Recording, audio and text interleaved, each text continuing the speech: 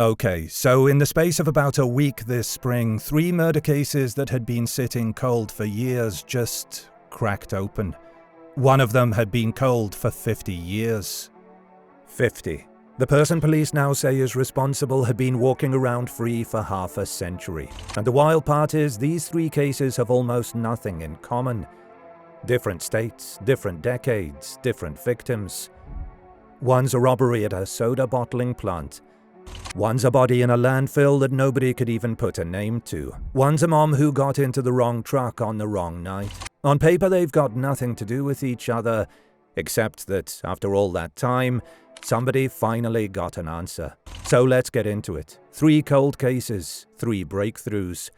And honestly, by the end of this, I think you'll see why, if you got away with something 40 years ago, you might want to start worrying.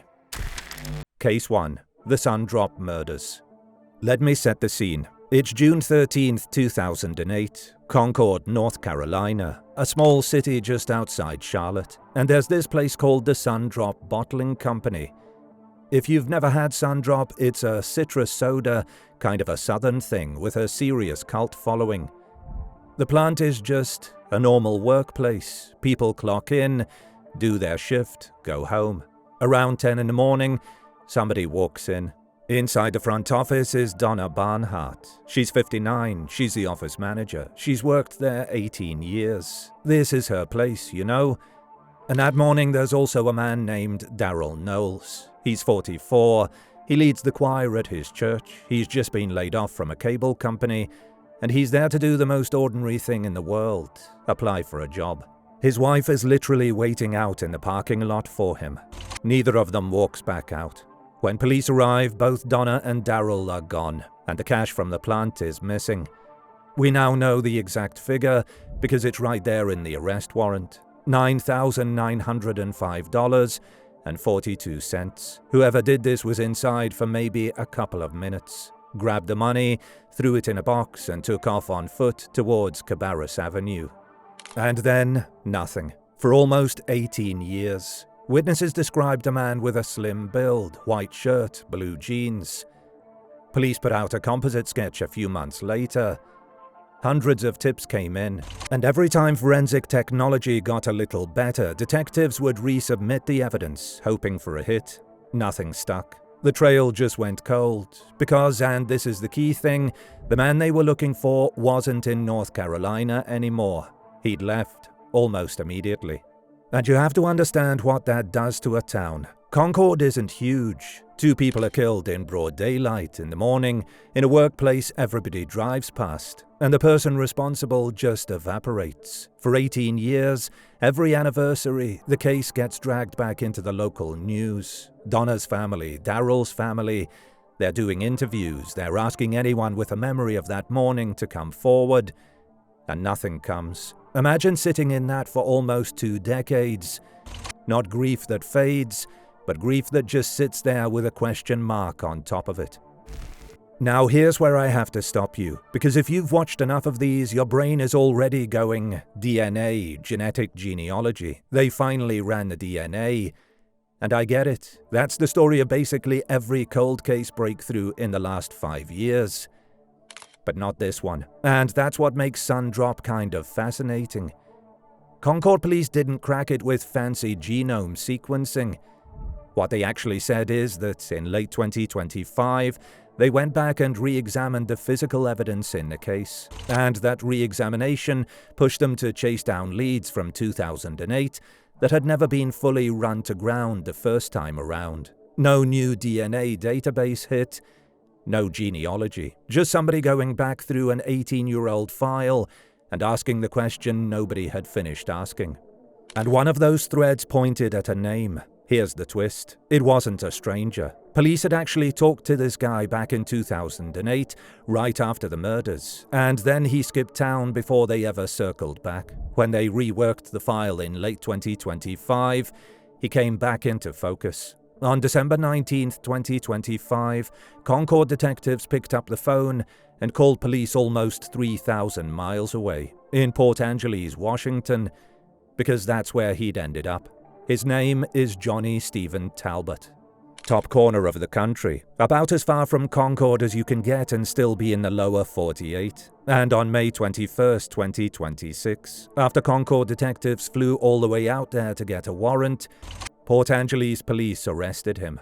And the picture that comes out of Talbot's life in Washington is bleak. He's 43 now. He graduated high school in 2002, 6 years before the killings. But in Port Angeles, he'd ended up part of the local homeless community, and police out there logged something like 288 contacts with him over the years. He's been diagnosed with a schizophrenia spectrum disorder and bounced between court and mental health facilities. This is not a man who got away clean and lived large. If police are right, this is a man who carried this for 18 years, while his life quietly came apart. He's now charged with 2 counts of first-degree murder and armed robbery, held without bail, waiting to be sent back to North Carolina. A judge ordered him held while extradition gets sorted, with a review hearing set for mid-June, and detectives flagged him as a serious flight risk, which, given that he'd already crossed the entire country once, tracks. And I need to be really clear, and I'm going to say this about all 3 today, he's been charged, not convicted. There's been no trial. Everything police are saying is, at this point, an allegation. But for Donna's family, for Daryl's family, for a wife who sat in a parking lot waiting for a husband who was just trying to get a job, 18 years of silence ended with a knock on a door 2,900 miles away. Case 2. The man in the landfill. The next one is the 50-year case, and honestly, it might be the strangest of the 3. We're going back to 1975, October, Pima County, Arizona. That's Tucson. Workers at a landfill out near Ryan Airfield find human remains, and the case immediately slams into a wall because they cannot figure out who it is. It's an adult man. That's all they've got. No usable fingerprints, no match to any missing person. And here's the kicker. There is no missing person report. Nobody anywhere had called police to say, "Hey, my dad didn't come home." So the remains go into the cold case file as an unidentified man. And there they sit for half a century. Now jump way forward, 2025. The Pima County Sheriff's Department teams up with 2 forensic labs, Resolve Forensics and Intermountain Forensics, and they turn to forensic genetic genealogy. They build a DNA profile from these 50-year-old remains, and instead of just checking it against a database of known offenders, they use it to start climbing a family tree.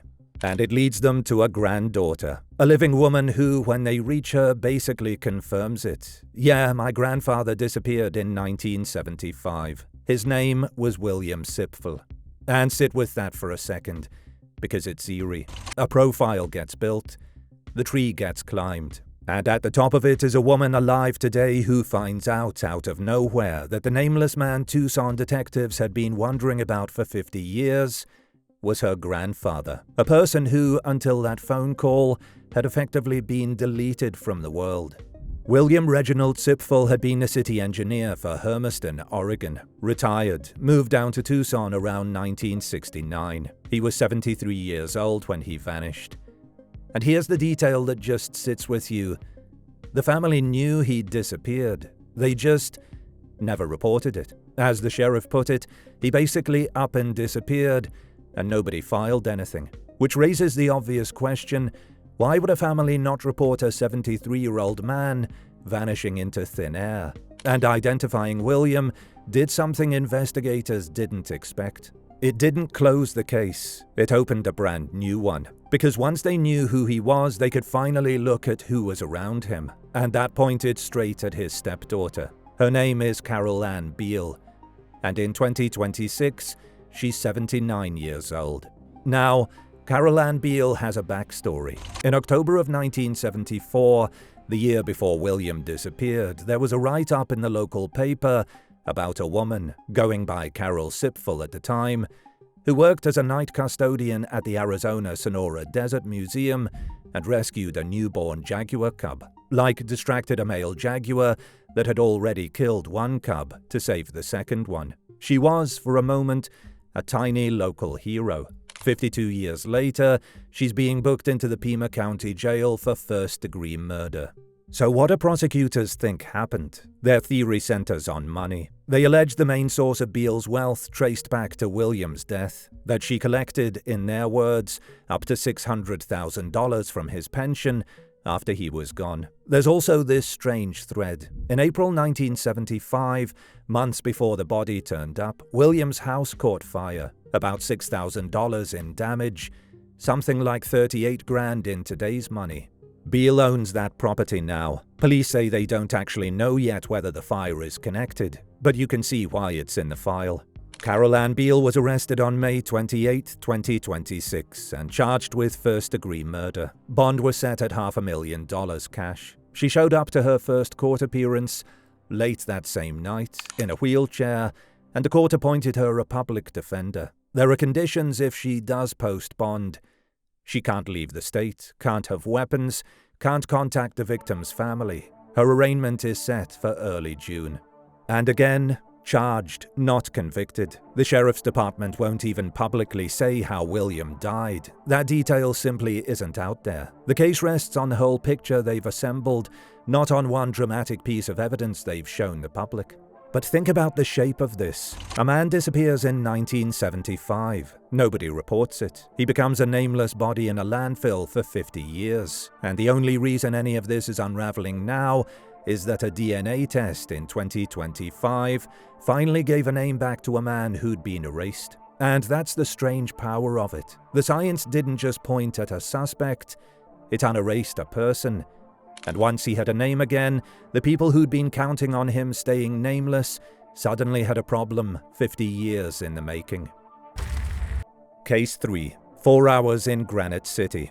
Last one. And this is the one where the breakthrough is the cleanest example of how 2026 is solving these. Because this is the DNA story you were expecting all along. November 1993. Granite City, Illinois. Right across the river from St. Louis. There's a woman named Randy Gale Sperino. She's 33, maybe 34. She's a mom. Her son Wes is 15 at the time. The night before, she'd been visiting her dad in town. And on that night, somebody sees her get into a truck. It's in an alley on the west side of town, around 8 in the evening. A dark-colored pickup, late 70s or early 80s model. The driver is a man. Randy gets in, and that's it. That's the last anyone who knew her would ever see. One ordinary moment in an alley, the kind of thing nobody clocks as important until it's the most important thing in the whole case. About 4 hours later, her body is found in a field out on Hanfelder Lane. She'd been killed. I'm going to leave the details there because they don't need spelling out, but it was violent and it was deliberate. 4 hours, that's the entire window. From an alley on the west side to a field on the edge of town. And then this case does what all of these do. It goes cold, but not for lack of trying. And this part matters. The Madison County Sheriff's Office worked this thing for 33 years. The sheriff said they interviewed hundreds of people. Hundreds. They actually had a DNA profile from the scene, a standard type of profile, and they entered it into the national database, CODIS, all the way back in 1998. And it never hit. For decades, that profile just sat in the system, matching nobody. The truck, the man, the 4 hours, all of it a dead end. And I want to actually explain why, because this is the whole key to how 2026 is cracking these. That 1998 profile only works one way. The killer has to already be in the database. If they've been arrested for the right kind of crime, their DNA is on file and you get a match. But if they've never been caught for anything, they're a ghost. The profile is useless. And for 33 years, that's exactly what Randy's killer was. A ghost the system literally could not see. So what changed? The same thing that's changing everything. The DNA tech finally caught up to the evidence. In May of 2025, investigators sent the evidence to a lab in Texas called Othram. And Othram does something different from that old CODIS profile. They sequence the DNA way more deeply, building a profile detailed enough to plug into genealogy databases and start finding relatives. It's the same family tree approach that caught the Golden State Killer. And it worked. The genealogy narrowed things down, and it landed on a name, Albert Ziegler. Buddy, people called him. And when investigators pulled his history, here's what lined up. Back in 1993, Buddy Ziegler lived in a mobile home park right near the field where Randy's body was found. And a pickup truck matching that witness description registered to him. And the sheriff said something that really lands. He said Ziegler was never on the radar, never looked at. 33 years, hundreds of interviews, and this man just wasn't in the picture. Until his own family's DNA put him there. And for what it's worth, this wasn't a fluke. This was something like the 13th cold case in Illinois alone that's been broken with this exact lab's technology. 13 in one state. That's the scale of what's happening right now. Albert Ziegler is 70 now, living in Caseyville, Illinois. He was arrested in late May 2026, and according to court documents, he admitted it. Police say he told investigators he picked Randy up, attacked her at his home, and left her in that field. He's now charged with first-degree murder, and prosecutors are pushing to keep him locked up before trial, arguing the crime is too violent for release. He's being held in the Madison County Jail. And one more time, because it matters. An alleged confession in a court document is not a conviction. He hasn't been tried. The case still has to be proven. But here's why I wanted to end on this one. Randy Sperino's son was 15 when his mom didn't come home. He's around 48 now. He's lived almost his entire life, the whole thing, without knowing who did this or why. And the answer, when it finally came, didn't come from a witness or a lucky break or a deathbed confession. It came from a lab test run on a strand of DNA that has been waiting patiently in an evidence locker since 1993. So, 3 cases, 3 different decades, 3 states, a bottling plant, a landfill, a field, and all 3 of them after years, or in one case half a century, of nothing, got an answer within about a week of each other. And I think that's the real story here. It's not 3 stories, it's one. We're living through this moment where the cold case is becoming an endangered species. Old evidence that meant nothing for decades is suddenly readable. Family trees are catching people who assume time had buried them. The math has flipped. It used to be that if you made it past the first few years, you were probably safe. Now, every year that passes makes it more likely, not less, that someone gets a knock on the door. Here's what I want from you. Drop the cold case from your town in the comments. One of those ones everybody local knows about that never gets solved.